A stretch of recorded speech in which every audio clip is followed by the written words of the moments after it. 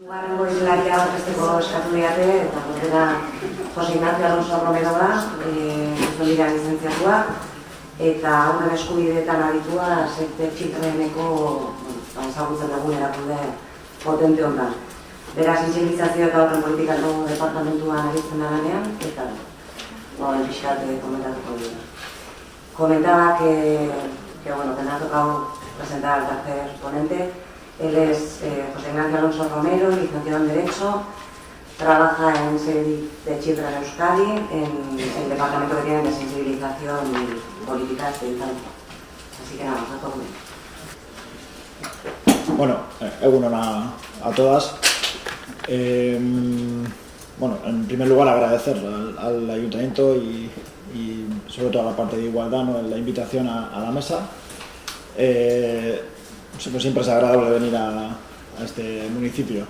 La verdad que siempre que he venido ha sido al campo de fútbol. Voy a matizarlo porque es importante, ¿no? Soy coordinador y entrenador de un club de fútbol femenino de Vizcaya, se llama Paul Darrac de Baracaldo.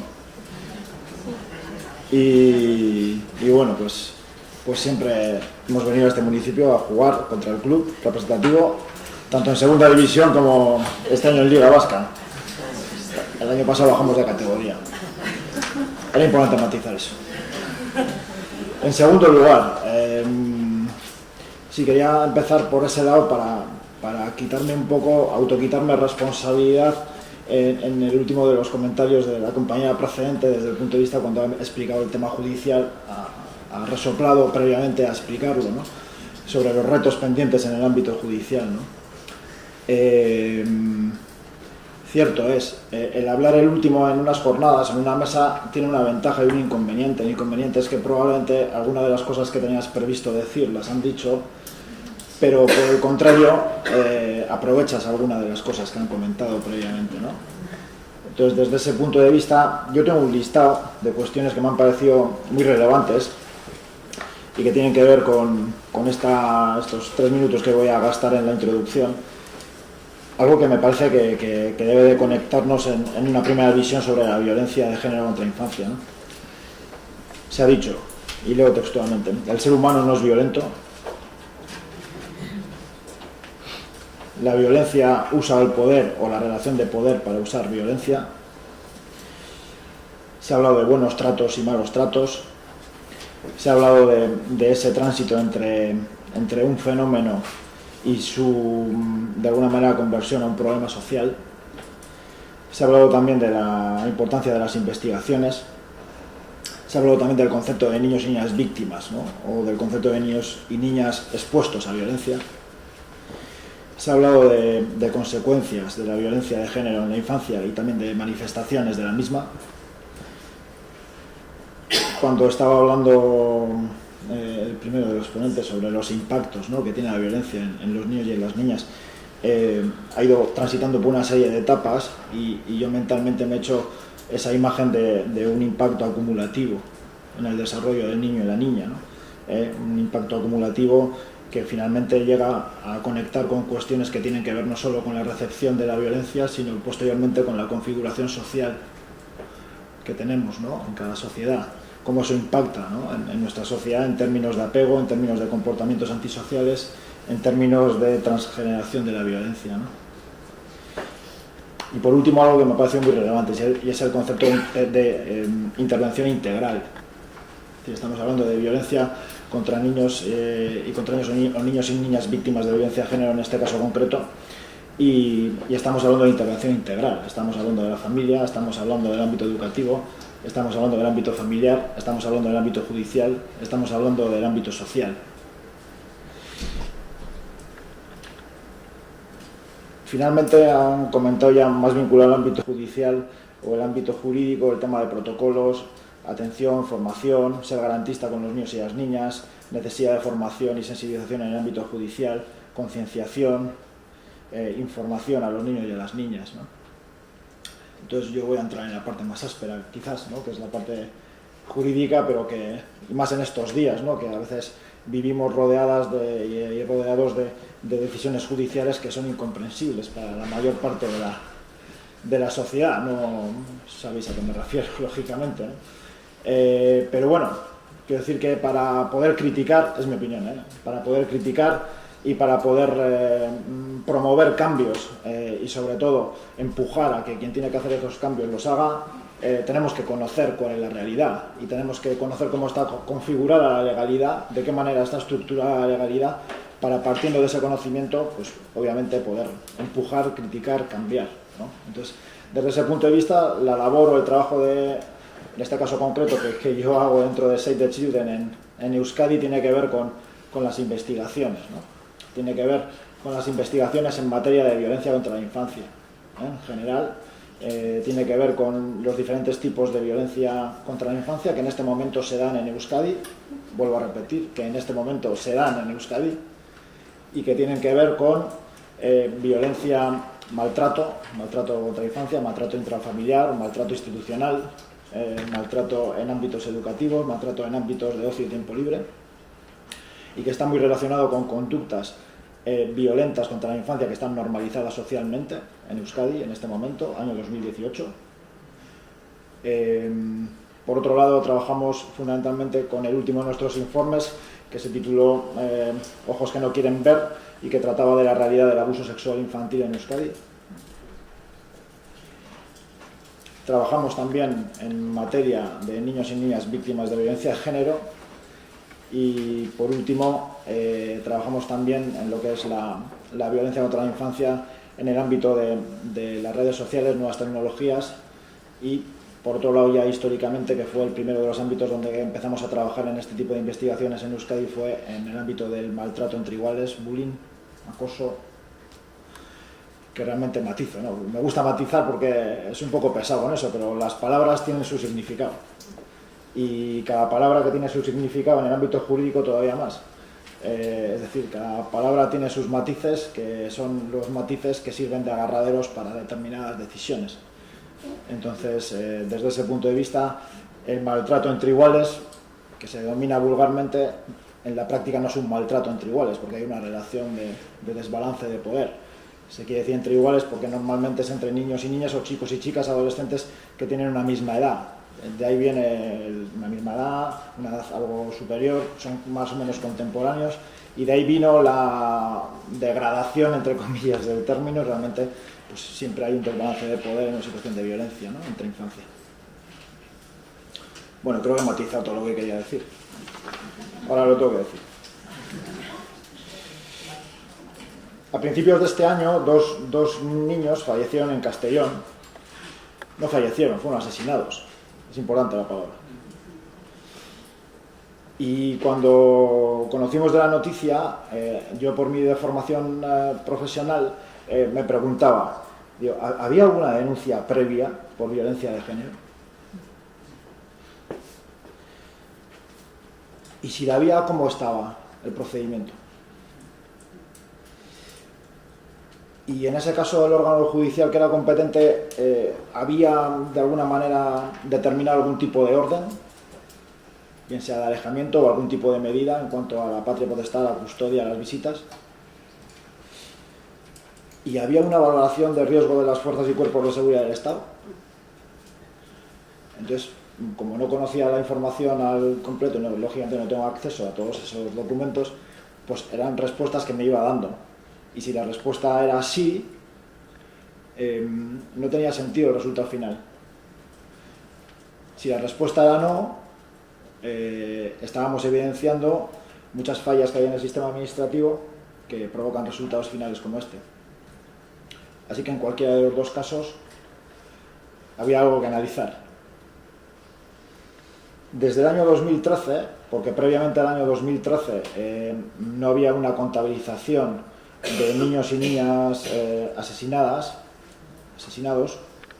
desde el 2013 hasta la actualidad hay algo más, en este caso son 27, creo que desgraciadamente va a haber alguno más porque hay 4 casos que están en investigación, pero que presuntamente son casos de asesinatos por violencia de género. 31 niños desde el año 2013. En Euskadi, otro dato que también pues, utilizamos, en el primer trimestre de este año 2018 hay 1.376 mujeres residentes en Euskadi han presentado denuncia. En el segundo trimestre, 1.431. Y estamos a la espera del tercer trimestre porque estamos en él.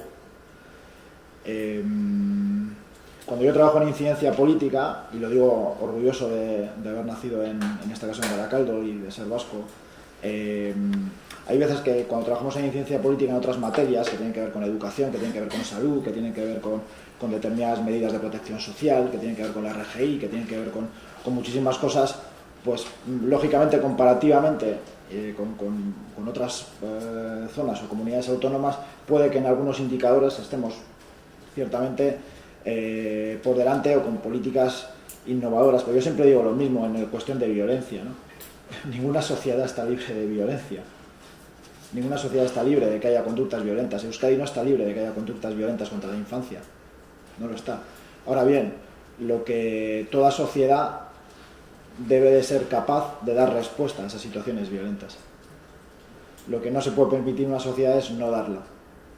No está libre de tenerlas, pero sí está obligado a responder ante ellas. Y en este caso, en violencia contra la infancia, las administraciones vascas de todo tipo y las instituciones vascas deben de dar ese paso adelante. Bueno, he dicho lo más importante así, como que no quiere la cosa. Si hay alguien de alguna institución vasca, pues se puede sentir concernido, pero es la realidad. Voy a pasar rápido por la presentación. Yo normalmente no hago presentaciones de PowerPoint porque prefiero hablar. Sí, porque normalmente el público se suele distraer con lo que está ahí y yo me suelo distraer con lo que pone. Entonces, bueno, en este caso, como era algo relevante, he hecho el esfuerzo de hacerla. Y en las presentaciones no son nada sofisticadas, simplemente lo que intento poner son palabras o son conceptos básicos para que vosotras saquéis vuestras propias conclusiones. Yo aquí doy mi versión de la realidad y lógicamente cada una la tiene que metabolizar, ¿no? Entonces voy a pasar muy rápido porque se han dicho cosas, ¿no? Ya. Niños y niñas ante violencia de género. Una forma de violencia que afecta a los niños y a las niñas, ha quedado más que evidenciado. Insisto, yo no voy a entrar en la parte más psicosocial, en la parte más técnica de ese ámbito porque no soy experto. Voy a entrar en la parte de la situación más de efectos jurídicos o cómo se debe responder entre ellos, ¿no?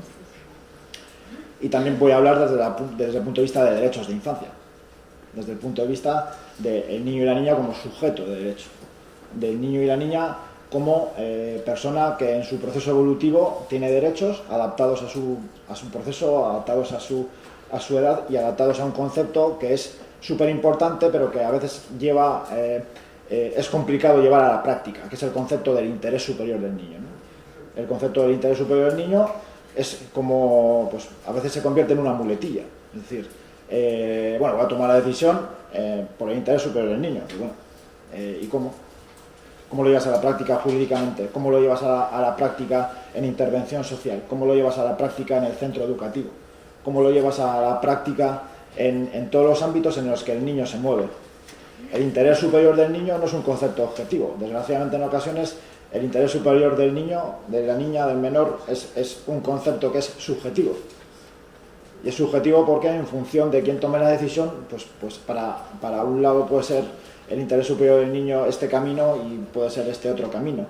Y no existe nadie probablemente objetivo en ocasiones que determine qué es, ¿no? Entonces, desde ese punto de vista sí que creo que tenemos un amplio campo de mejora y las entidades que trabajamos en materia de derechos de infancia también para practicar, para llevar a la práctica realmente en qué consiste, ¿no? Tomar las decisiones basadas en el interés superior del niño o de la niña, ¿no? Lógicamente, violencia nunca es justificable. Este es un concepto que a nosotros sí que nos parece súper relevante y es el que se puede evitar. Es decir, el concepto de prevención, el concepto de trabajo previo, el concepto de parentalidad positiva, el concepto de entornos seguros para la infancia. Es decir, lo que tenemos que conseguir, el otro día tenemos una reunión con alguien del gobierno vasco y le comentamos, nos decía, ¿cuál es vuestra aspiración en violencia? Y dice, pues convertir que cualquier espacio para los niños y las niñas sea seguro. Esa es nuestra aspiración. Que todos los adultos y adultas que están en ese entorno estén formados, estén prevenidos, estén capacitados para tratar a los niños y a las niñas y que ese entorno sea seguro para ellos. Y sobre todo aquellos entornos que en teoría pues, son protectores, ¿no? O aquellos entornos que son protectores después de que el niño haya vivido una situación de desprotección o la niña haya vivido una situación de desprotección. Si en esos lugares se generan situaciones de desprotección, es algo que nos preocupa, que a veces no son hechos puntuales, sino que son prácticas. Son prácticas. Voy a poner un ejemplo, no quiero poner ningún ejemplo de aquí ni del Estado, voy a poner un ejemplo de pues, mi trabajo en el ámbito internacional. Si un niño o una niña que tiene un trayecto migratorio en el que ha vivido constantes violaciones de derechos humanos llega a un lugar que se supone que es un campo de refugiados, un tránsito, un campo en el que de alguna manera va a estar seguro de determinadas cuestiones y en ese espacio de seguridad sufre alguna violación de derechos humanos, es una quiebra nuevamente para la persona. Desde ese punto de vista, sí entendemos que la generación de espacios seguros es un elemento fundamental, ¿no? Ya lo han comentado ustedes previamente, era una realidad, voy a decir era, no he querido poner ni era ni es, porque yo creo que estamos en un estadio intermedio, es decir, se estaba hablando de que era una realidad invisibilizada, que lo sigue siendo, pero menos de lo que era anteriormente, que es una realidad poco denunciada, que lo es, pero menos que anteriormente, que no está percibido como problema social, cada vez más se percibe como problema social, pero todavía realmente no es un gran problema social, o no está percibido como un gran problema social. ¿Por qué? Porque venimos de una tradición, y esta es mi opinión, venimos de una tradición en el que en los ámbitos fundamentalmente familiares en los que se produce una relación de violencia, cualquiera, la de género también, es un ámbito más íntimo, más privado, ¿no? Es un ámbito en el que cada uno resuelve las cosas dentro de su negocio y los demás no tenemos que meternos en el negocio de nadie, ¿no? Esa tradición judeocristiana pues influye en determinadas cosas.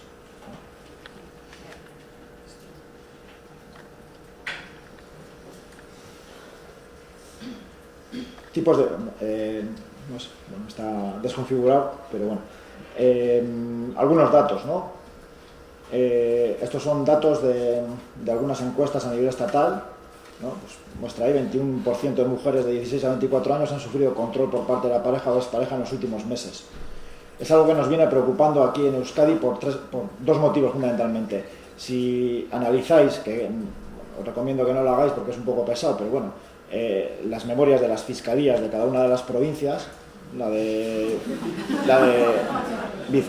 Vizcaya, Álava y Guipúzcoa, en el ámbito de delitos, en el ámbito de infracciones penales cometidas por menores de edad, hay dos situaciones especialmente preocupantes desde el punto de vista cuantitativo y que habrá que abordar. Una es la violencia filoparental, que usted ha comentado, el aumento de situaciones derivadas de esa realidad, y la segunda de ellas es violencia de género entre menores de edad. Menores de edad que tienen situaciones de violencia contra sus novias, parejas, como queramos llamar, ¿no? Es preocupante. Una encuesta mundial dice que 1 de cada 3 jóvenes adolescentes han sufrido algún tipo de violencia física, emocional o sexual por parte de su pareja, ¿no? También a personas que ustedes, porque conocen de la materia, trabajan en ese ámbito, pero personas normales, ciudadanos y ciudadanas normales o de tu propio entorno, lógicamente cuando hablas de violencia contra la infancia o violencia de género, normalmente la primera fotografía que les viene a la cabeza es la violencia física, ¿no? La violencia, el golpe, el puñetazo, el asesinato, o sea, no viene otro tipo de violencias que son tan dañinas, ¿no? Como la violencia física, que tiene que ver con el control, que tiene que ver con lo emocional, que tiene que ver con el chantaje, que tiene que ver con la extorsión, ¿no? Entonces, si circunscribimos el concepto de violencia, el concepto jurídico de violencia a ese tipo de violencia, pues nos dan los datos, ¿no? entre iguales. Es decir, vuelvo al tema del control. Quería exponer estos datos porque es relevante, aunque no es exactamente niños y niñas víctimas de violencia de género, pero quería exponerlo a vosotras, ¿no? Es decir, aún ha aumentado, y nosotros como Save the Children tenemos proyectos de intervención socioeducativa en Bilbao y en Vitoria, en 3 barrios. Tenemos en Coronación, y luego en Bilbao tenemos en la parte de Bilbao la Vieja, en Vivilla, tenemos proyectos de intervención con chavales y con chavalas, y esto no hemos tenido que realizar una investigación ni hemos tenido que recurrir a la memoria de fiscalía, porque nuestros equipos de intervención lo ven diariamente, ¿no? Y a veces nos los transmiten a las personas que nos dedicamos a investigar y nos dicen: hijo, me preocupa enormemente que ha venido tal fulano, fulana y me ha contado esto y tal. Y es comportamiento de agresiones machistas, han aumentado a edades más tempranas, nos preocupa enormemente. Roles de muchachos muy dominantes y que ejercen un control severo sobre su pareja, un control fundamentalmente centrado en redes sociales, centrado en dispositivos móviles, centrado en tal. Aparejado a ello, sí que hemos notado también un aumento de actitudes en algunas de estas chicas más sumisas, actitudes más complacientes, actitudes más de que ven ese tipo de control como una cierta preocupación o interés por parte del chico. Se mezcla también, al bajar a edades más tempranas, con situación de una etapa en la que empiezan a tener que lidiar con la resolución de conflictos, ¿no? Y que tienen que, de alguna manera, pues si veis, hay un estudio a nivel nacional que dice que a nivel estatal se ha bajado la edad media de tener la primera relación a los 13,1 años. Vale.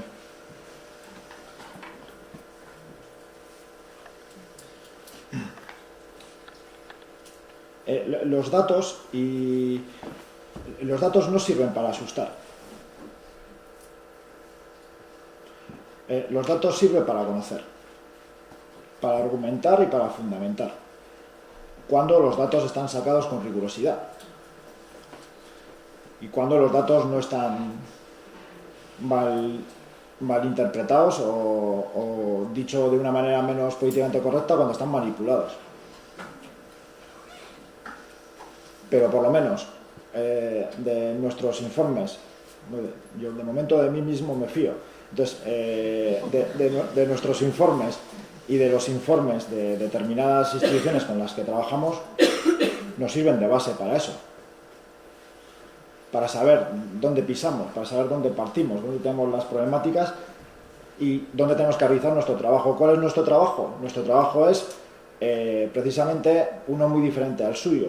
Nuestro trabajo es presionar, apretar, sacar los colores, interlocutar, compartir, tragar en la relación con las administraciones públicas o las instituciones que tienen que tomar decisiones a nivel legislativo. ¿De acuerdo? Sigo pasando esto, que son más datos, para ser breve. Ha comentado usted en su alocución inicial el tema de los datos, ¿no? Y ha mencionado informes de UNICEF y alguno nuestro, de Save the Children. Realmente la cifra era muy similar. Usted comentaba 800.000, pero bueno, nuestros últimos datos nos salen 900.000 aproximadamente. Niños y niñas viven a diario situación de violencia, de este tipo de violencia.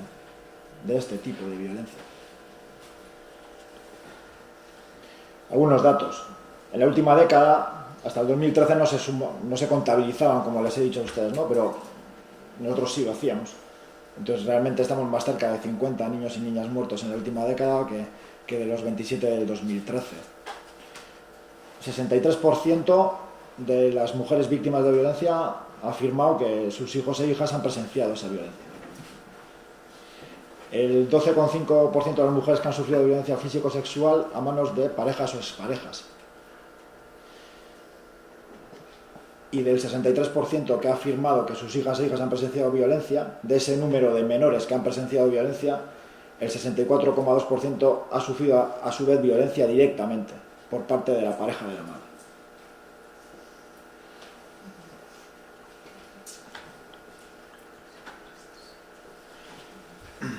Estos son datos de 2016, ahora los tengo actualizados, pero es importante saber de dónde venimos, dónde estamos y hacia dónde vamos.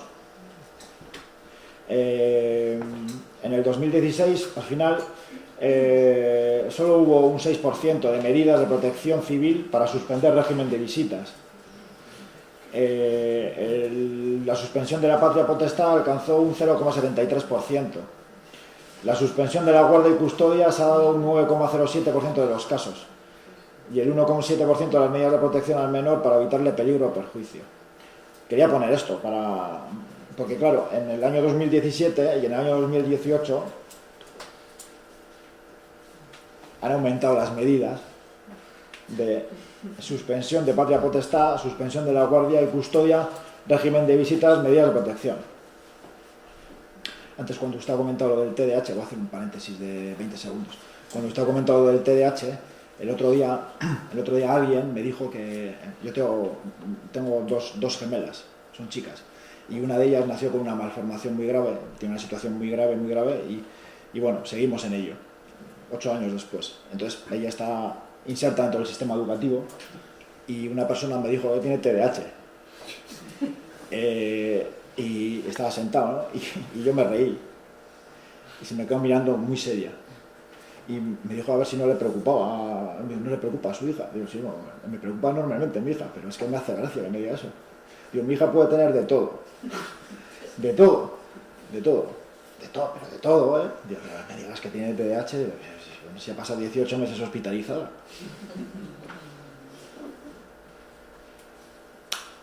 A lo que yo voy es una niña que, voy a hacer un símil, y el símil es el siguiente. ¿Han aumentado las medidas de suspensión? Por supuesto, han aumentado, pero ¿de dónde partimos? En el 2017 y el 2018 ustedes pueden ver probablemente que ha habido pues, un 280% de aumento en las medidas de patria potestad. Bueno, perfecto. Suspensión de la guardia y custodia. Han aumentado un 170%. Correcto, pero partimos de 0,72%. No soy de números, pero hagan ustedes el 162% de 0,7, no sé cuánto da.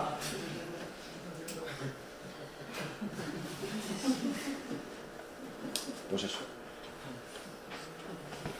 El marco legal, aquí es donde entiendo que estabais interesados en que llegara, o no, y es parto de un marco legal que es internacional. Porque bueno, esto es como las capas, ¿no? Como las muñecas rusas, primero hay que quitarla de fuera, ¿vale? Y la de fuera es la internacional. Entonces en la internacional tenemos aquí algunas resoluciones que, bueno, yo las menciono ahí y que tienen que ver primero con el Consejo de Europa, que tiene una resolución en la que de alguna manera se evidenciaba que la violencia contra la madre es una forma de abuso psicológico contra el niño o la niña, ¿no? El Convenio de Estambul, también muy relevante en esta materia, reconoce a los niños como víctimas de violencia doméstica. A ver, yo estoy en un proceso no he dicho nada de la sociedad patriarcal y tal porque ha quedado bastante claro, ¿no? Entonces, yo estoy en un proceso de deconstrucción de determinadas cosas en las que he sido educado y lo digo con completa sinceridad, estoy en ello, porque yo he sido educado en una manera de ver la sociedad en la que ahora en este momento tengo problemas. O sea, tengo problemas internos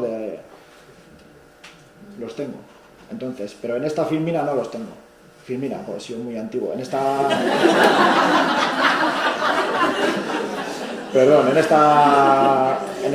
diapositiva, por amor de Dios, en esta diapositiva no he tenido un problema de perspectiva de género, lo he descrito tal y como viene enunciado. Es decir, si de por sí echamos perspectiva de género en determinados ámbitos sociales, prácticamente en todos, en el ámbito jurídico brilla por su ausencia. Es decir, la conceptuación incluso a nivel de lenguaje es niño, doméstica, quiero ponerlo tal y como está, ¿de acuerdo? Para que lo sepáis. Y por último, la recomendación del Parlamento Europeo del año 2010, el número que viene delante es el número de la resolución y el que viene detrás es el año, manifiesta el riesgo o expone el riesgo de los niños y las niñas expuestos a violencia de género.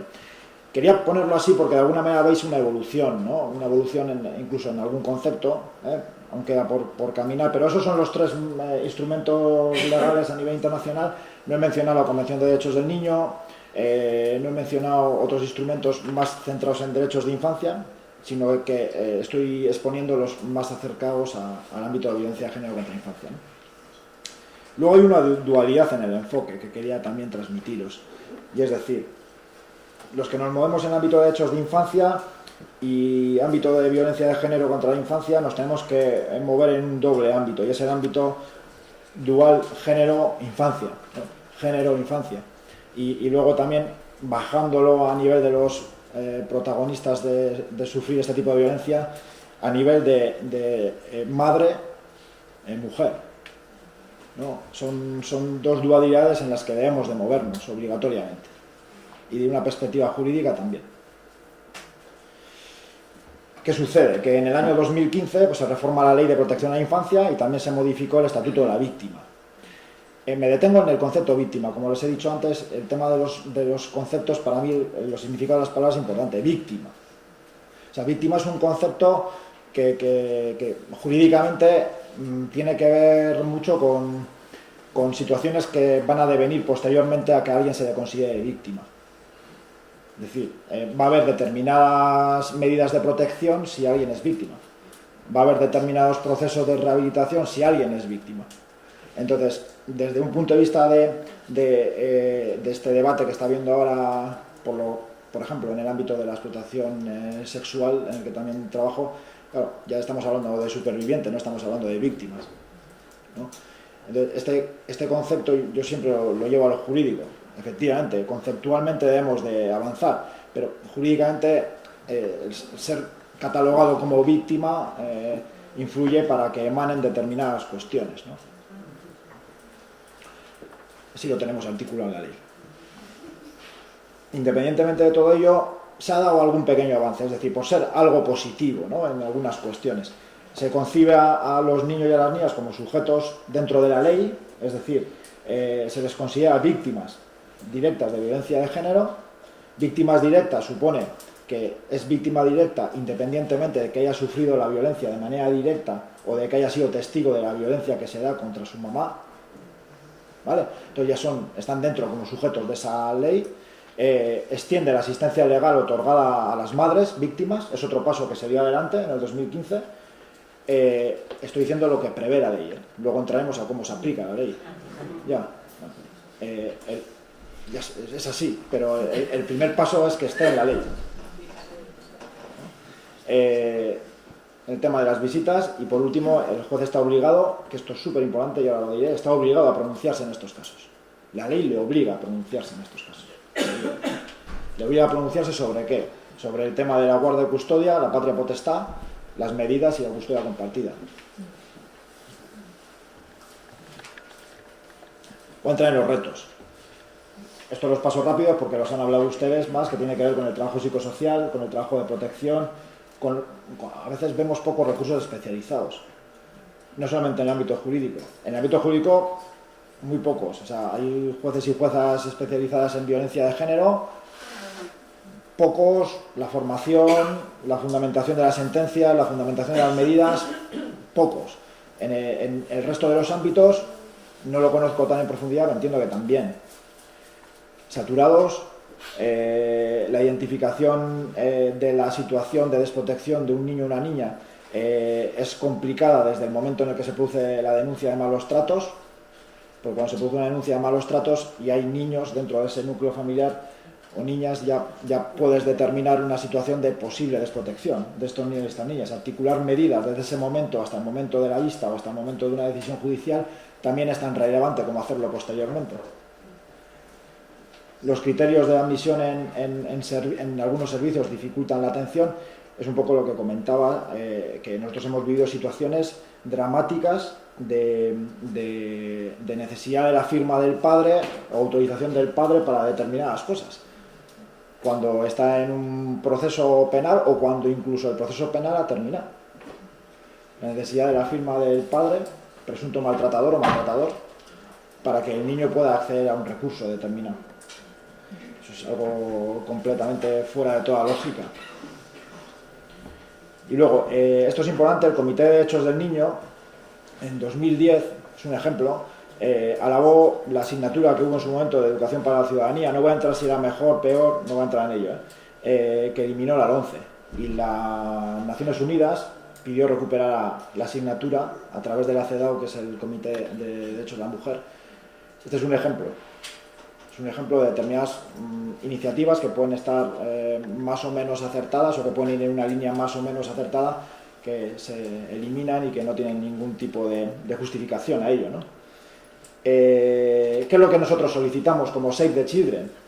Nuestra organización está enfocada a nivel estatal, en el Estado español, en conseguir, y esperamos que sea en el primer trimestre del 2019, una ley integral contra la violencia que sufren los niños y las niñas.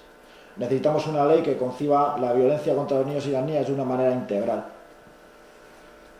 que no trate en articulados, separados, inconexos o diferentes las diferentes violencias que sufren los niños y las niñas de una manera aislada, sino que se conciba de una manera integral. Actualmente no existe ese enfoque. Necesitamos, además de ese enfoque integral, que existan elementos que trabajen el ámbito de la prevención, el ámbito de la formación, el ámbito de la denuncia, el ámbito de la visibilización, el proceso judicial y el proceso de recuperación. Es fundamental que todo eso esté concebido dentro de la ley. Entramos ya en la parte de necesidad de adaptación de los procesos judiciales a los estándares de madurez de los niños y las niñas. Actualmente no disponemos de una justicia amigable con los niños y las niñas. Yo esta tarde tengo que ir a Elorrio y el día 21 creo que tengo que volver aquí a Zarauz para hablar del tema de abuso sexual infantil y los fallos administrativos que ocurren en los casos de abuso sexual infantil. No tenemos una justicia amigable. Bueno, la justicia realmente no es amigable para nadie. Sí, no sé si habéis tenido la experiencia de estar en un juzgado para lo que sea, vaya. Pero vamos, que no te hace gracia, ¿no? O sea, no vas con el cuerpo bien, ¿verdad? Vas ya como prejuiciado, digamos. Pues imagínese a un niño o una niña. Vaya. Entonces, claro, cuando hablamos, a veces los expertos, pues expertas, hablan de lo suyo como si todo el mundo entendiera, ¿no? Entonces, una justicia amigable, pero amigable, si no es para nosotros amigable. ¿Qué decir? Lo que estamos intentando referir es que la justicia se adapte a la realidad de los niños y las niñas, que se adapte a su capacidad, y ya no solo madurativa, porque también hay un matiz muy importante que se ha hecho, es decir, no, es que es un niño de 7 años, digo, bueno, pues un niño de 7 años tendrá algún tipo de, ¿no? Pues no sé, ¿cómo se dice? Valoración, ¿no? Bueno, una valoración integral del niño de 7 años, porque este niño de 7 años no es esta niña de 7 años. Entonces el juez es 7 años. Y bueno, pero los 7 años no, lo siguiente, ¿no? Es decir, ¿qué situación de trauma ha vivido ese niño? ¿De qué entorno viene? ¿Qué tipo de violencia ha sufrido? ¿Qué tipo de capacidad madurativa tiene? ¿Qué tipo de capacidad cognitiva tiene como para poder confrontar con él cuál es el interés superior para él y si él puede colaborar o ella puede colaborar en eso? Ese tipo de trabajo no se hace. No se hace. Y luego entro en otra cuestión que tiene que ver con estas valoraciones, estos informes, que normalmente lo suelen hacer profesionales, no sé si como vosotros o como vosotras, en alguno de los casos, pero lo hacen profesionales de la intervención social, o lo hacen profesionales de administraciones públicas, o lo hacen profesionales independientes. Entonces, hay veces que la consideración jurídica que se hacen de este tipo de informes, pues realmente yo nunca me atrevería a ¿cómo decirlo suavemente? Yo nunca me atrevería a desprestigiar o minusvalorar el trabajo de un profesional de un ámbito que yo no conozco. En ocasiones es complicado. Nosotros sabéis que en el ámbito judicial existen también, pues bueno, dos partes enfrentadas en ocasiones, peritos. Los peritos a veces son peritos de parte y ya con el apellido ya sabes lo que va a decir en la valoración. Si es de parte, pues ya sabes lo que tienes que poner, ¿no? Este tipo de situaciones son complejas, ¿no? El tema de la presencia del niño o de la niña dentro del ámbito judicial no tiene que ver con violencia de género contra la infancia, pero creo que bien traído aquí tiene que ver con lo que se llama la prueba preconstituida. La prueba preconstituida en el ámbito del abuso sexual infantil tiene que ver con que la declaración a ese niño o esa niña se le tome en forma y en tiempo adecuado para que de alguna manera esa declaración sirva en momentos posteriores del proceso legal y no tenga que volver a repetir su historia. Hay niños y niñas que repiten su historia 5 y 6 veces en ámbitos diferentes, con todo lo que ello conlleva. Hay niños y niñas que después de 7 años, 8 años, 9 años, 10 años tienen que comparecer durante la vista oral. Hemos tenido un caso recientemente en Vizcaya de un colegio, ¿no?, en el que el niño ha tenido que comparecer nuevamente. Esas realidades no se ajustan. ¿Quién realiza la prueba preconstituida? Habéis hablado de los equipos de intervención psicosocial en el juzgado, pero claro, en el ámbito judicial es todo más complicado, porque está el equipo de intervención psicosocial para hacer una cosa, pero luego también está el Instituto Legal de Medicina Forense para hacer otra. Y como desgraciadamente sabéis, lo que se toma en consideración en el 99% de los casos es el testimonio del niño o de la niña, y el testimonio del niño o de la niña tiene que tener una valoración de credibilidad. Y si el testimonio es creíble, probablemente hay casos. Si el testimonio no es creíble, no va a haber casos. Se va a sobreseer, se va a archivar o desgraciadamente no va a llegar a la sentencia. En el ámbito de los abusos sexuales infantiles se visibilizan muy pocos casos, no está cuantificado, no se sabe la prevalencia, la incidencia, no se saben ambas de ellas. De los pocos casos que salen a la luz después de mucho tiempo, pocos se denuncian. De los pocos que se denuncian, muy pocos llegan al ámbito judicial. Y de los pocos que llegan al ámbito judicial, normalmente se sobreseen la mayor parte de ellos. Es decir, imaginaos el esfuerzo que puede suponer para un chico o una chica asumir que ha sufrido una situación de violencia, tener la valentía de decir voy a denunciarla, y una vez que lo denuncia, la conclusión es no ha servido para nada. Es una realidad con la que nos enfrentamos diariamente. Ya termino. Necesidad de transmitir valores de igualdad en discriminación, escuela, familia, sociedad, hemos hablado de ello. Y luego, la ley integral, lo que pedimos es que haya medidas concretas que sirvan para acelerar el pronunciamiento sobre las órdenes de protección y medidas cautelares para niños y niñas. Luego, que el interés superior del niño esté dentro de las medidas cautelares de protección de esos artículos, ¿vale? Esos. Y luego, el suspender el régimen de visita y alojamiento como medida cautelar y pena. Pero bueno, es que ni casco bien, pero sí que quería matizar un último tema. Me quedan 9 minutos y es dos conceptos: el concepto de patria potestad y el concepto de alguna manera de custodia. Sabéis la diferenciación, ¿no? Porque todo el mundo hablamos de patria potestad y de custodia y hablamos de ello como hablamos de inmigrantes, refugiados o sea, son conceptos jurídicos diferentes, ¿vale? O sea, es importante saber que la patria potestad está recogida en el artículo 154 del Código Civil y que la patria potestad tiene que ver con velar por todos aquellos derechos fundamentales del niño y de la niña, ¿no? Y que tiene que ver también pues, con dotarle o proveerla de una educación integral, ¿vale? Y por último tiene que ver con representarle pues, en aquellos casos de administración o representatividad que el niño o la niña no pueda, ¿vale? Pero lo más importante es que es obligatoria. O sea, es obligatoria a no ser que la ley lo excluya, porque estamos hablando de patria potestad y tal. O sea, la ley puede privar de la patria potestad. Lo que la patria potestad no se puede extinguir, a no ser que te mueras. Pero se puede privar de. Entonces, hay una sentencia que es de 16 de octubre del 2015, española, que dice que permite al juez que está tratando en el ámbito penal una denuncia de violencia de género, permite decidir sobre estas medidas y que no tienen que pasar al ámbito civil, que es donde normalmente se debe de decidir el tema de la patria potestad. Entonces es un precedente muy importante a los que, aunque seamos negativos y hay que caminar mucho, es un precedente importante desde el punto de vista de la jurisprudencia para decir, usted, juez de lo penal, decida. O sea, no espere porque puede haber una situación de desprotección. Entonces, tirando de ese hilo, estamos consiguiendo avanzar en algunas cosas. El tema de la custodia compartida, tiene que ver con el día a día, tiene que ver con el cuidado cotidiano, ¿no? Y ahí sí que puede ser compartida o no. Y luego, en ese sentido, y termino con esto, hay tres elementos jurídicos o tres ámbitos en los que se puede consultar. Uno es el tema de la ley de violencia de género, el otro es el pacto por la violencia de género y el otro es la ley de infancia del 2015.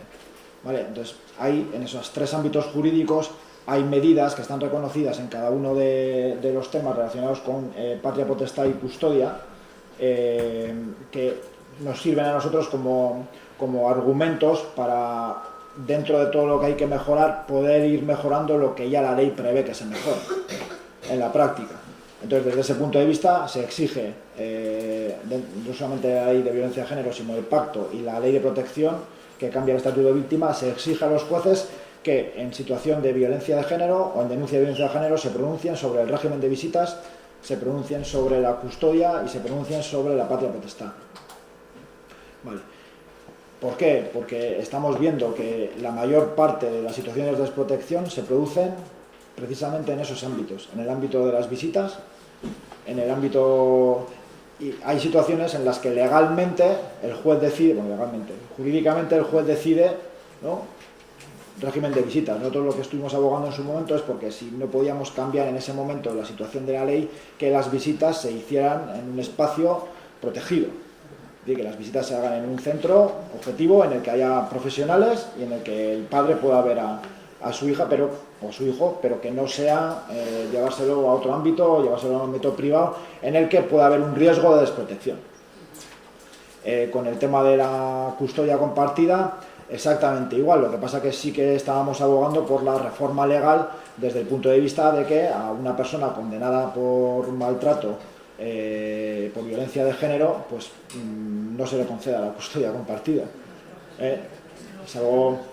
Claro, lo que pasa es que cuando esto lo planteas en determinado ámbito, te suena, bueno, vosotros y vosotros habéis dicho, claro, como diciendo, bueno, sí, es obvio. Es que es obvio. Pero es obvio no solamente de una perspectiva de sentido común, sino desde una perspectiva jurídica.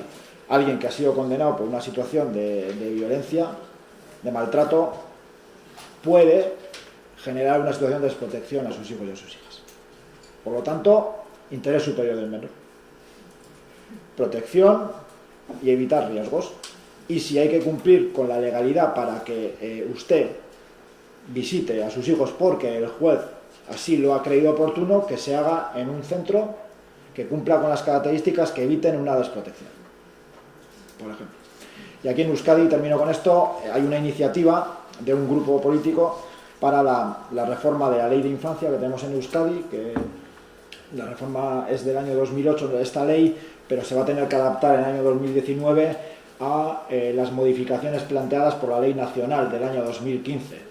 Entonces, hay una propuesta para que, por ley, en esta reforma, ya se especifique que no se pueda dar la custodia o el régimen de visitas a una persona condenada formalmente por violencia de género, o incluso a una persona que está encausada por violencia de género hasta que no se defina la sentencia. ¿De acuerdo? Entonces, eso es una propuesta que está ahora mismo planteada aquí en Euskadi. Hasta ahí.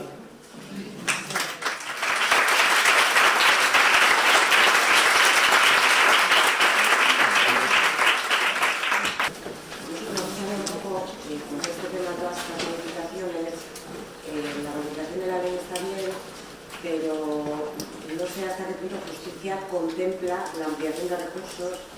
Por ejemplo, ahora hablando de esto último que comentábamos, aquí en Guipúzcoa, por ejemplo, tenemos dos puntos de encuentro saturados, en el que hacen lo que pueden. A nosotros en concreto, a Zarauz, desde el juzgado de Azpeitia, se nos acaba de solicitar hace pocos días la asignación de un educador social a una familia para poder instaurar las visitas, y estamos un poco en crisis porque decimos, ya la sentencia lo que pide de alguna manera es que ese educador social que venga asignado desde servicios sociales asuma parte de las funciones que asumen los técnicos del punto de encuentro, que de alguna manera tienen una competencia, una protección judicial que nosotros desde el ámbito municipal no tenemos. Entonces, la idea es muy interesante porque creo que se podrían agilizar, creo que conlleva muchísimos riesgos, pues porque creo que todavía no tenemos diseñadas plataformas como para poder dar respuesta ahí. Y lo que no sé es si va a haber una reciprocidad desde justicia también para poder consultar o preguntar en los municipios, o directamente, pues porque alguna jueza un poco más lúcida decide que el punto de encuentro está saturado, pide a los servicios sociales, ¿no? Nos encontramos en una situación que tampoco sabemos cómo proceder y tampoco sabemos cómo recurrir, ¿no? Esa solicitud, porque ni nos movemos en las leyes, ni pues, no sé si se contempla. Cuando hay veces que personalmente, cuando vas a una reunión con alguien, yo creo que lo peor que te puede pasar, para mí, lo peor que te puede pasar es que esa persona, cuando le planteas una preocupación o le planteas una solicitud, es que te diga, jo, qué bien, o sea, de verdad que hace falta, pero es que yo no te puedo ayudar porque yo no lo llevo. Entonces, por eso es importante cuando en nuestra labor, ¿no?, de incidencia, cuando acudes y especialmente en Euskadi, porque tenemos una distribución competencial que es diferente a otras zonas del Estado. Entonces, claro, cuando vas a un ámbito foral, un ámbito vasco, un ámbito municipal, y luego está el ámbito estatal que influye en Euskadi. En el ámbito judicial es así, tenemos el Consejo General del Poder Judicial, toda la organización judicial, los tribunales superiores de justicia, que tienen que ver con la administración de la justicia, pero luego con la otra parte es el Departamento de Justicia del Gobierno Vasco el que tiene que ver con el tema de los recursos materiales, ¿no? Con el tema de los juzgados, con la organización tal y cual.